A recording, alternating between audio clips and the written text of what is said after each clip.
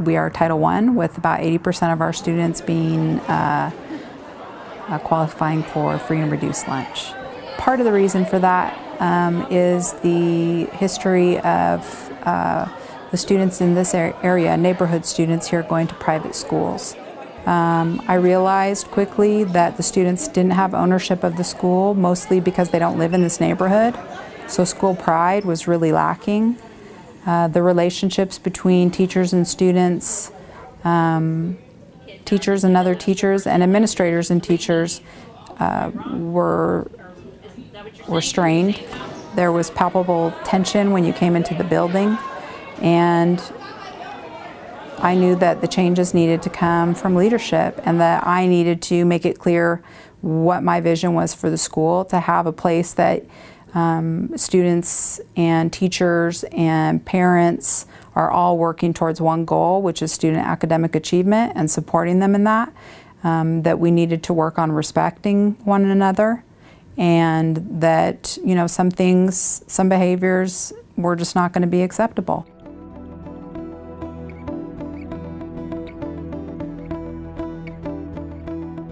It's a very difficult job. You really have to have a passion for the job, but I knew that when I first came here, a lot of the problems were based on a revolving door of leadership here. So nobody had stayed for more than 2 years, and that led to a lack of trust and no relationships really between leadership and teachers, leadership and students, parents, and so those things take time to cultivate. And as you do that, you also grow your community partnerships, you grow your trust with parents and students. You know, now I have parents who say, please stay because my student's coming. They're in 6th grade and they're going to be there soon. So you just develop, you become a part of the community. For 7 years, it's been like a personal PR mission for me to get a lot of the public to see and hear about the good things going on at John Marshall. The opportunities that we have for students, the Finance Academy, the paid internships, the mentors at universities, at OU, at OSU, in our business community, the opportunities that we give to our seniors through our senior seminar, the backing that we do have from people who want to invest in the school, that is something that's generally not known to the community at large.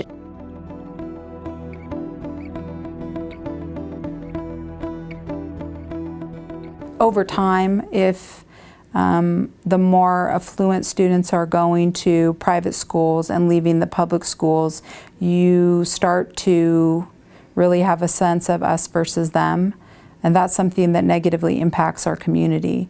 You know, when I meet with people from the neighborhood here, my real belief and statement to them is that the graduates of John Marshall will be your neighbors, your business owners, your employees. You have a vested interest in making sure that they are successful and that they are educated, not only to affect incarceration rates, but to make sure that these people are productive, contributing members of society, and that they are good people in your neighborhood that you want to live next door to.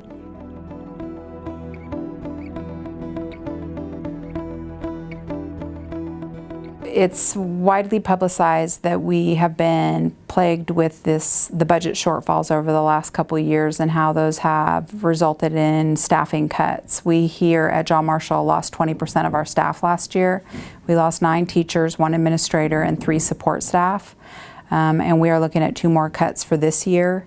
I know that we have, you know, we see in the media that these cuts are happening. We know that they are trying to get teacher salaries raised.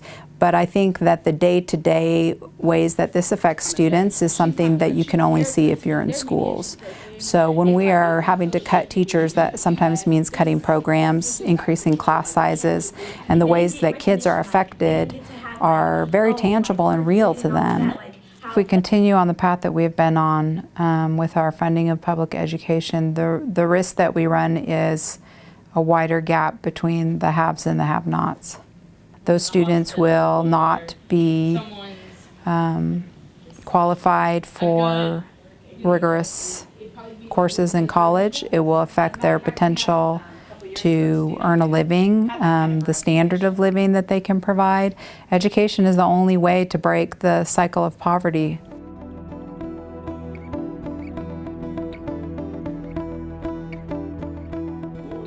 I love these kids. I mean, they do have leadership roles at those schools. I mean, I grew up in this school, so it was. I've just seen so many success stories. Kids who were kind of hopeless for themselves, but also just didn't have dreams for their own futures, really turn into amazing young people with a lot of potential. And kids going to college. We have kids being recruited by Ivy League schools. We have students graduating early. We have students receiving scholarships.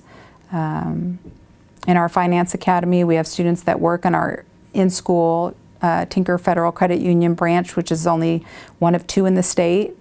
Some of those students now make more money than their parents do. We have students completing taxes for the community for free, and when I see those students just greeting and interacting with people from the community, the level of confidence that they have is that makes it all worthwhile. And I'm just so proud to see them really flourishing in such a way and growing, and the confidence and the self-esteem. You know, I think it helps us to make sure that students know that they can achieve what they set their mind to.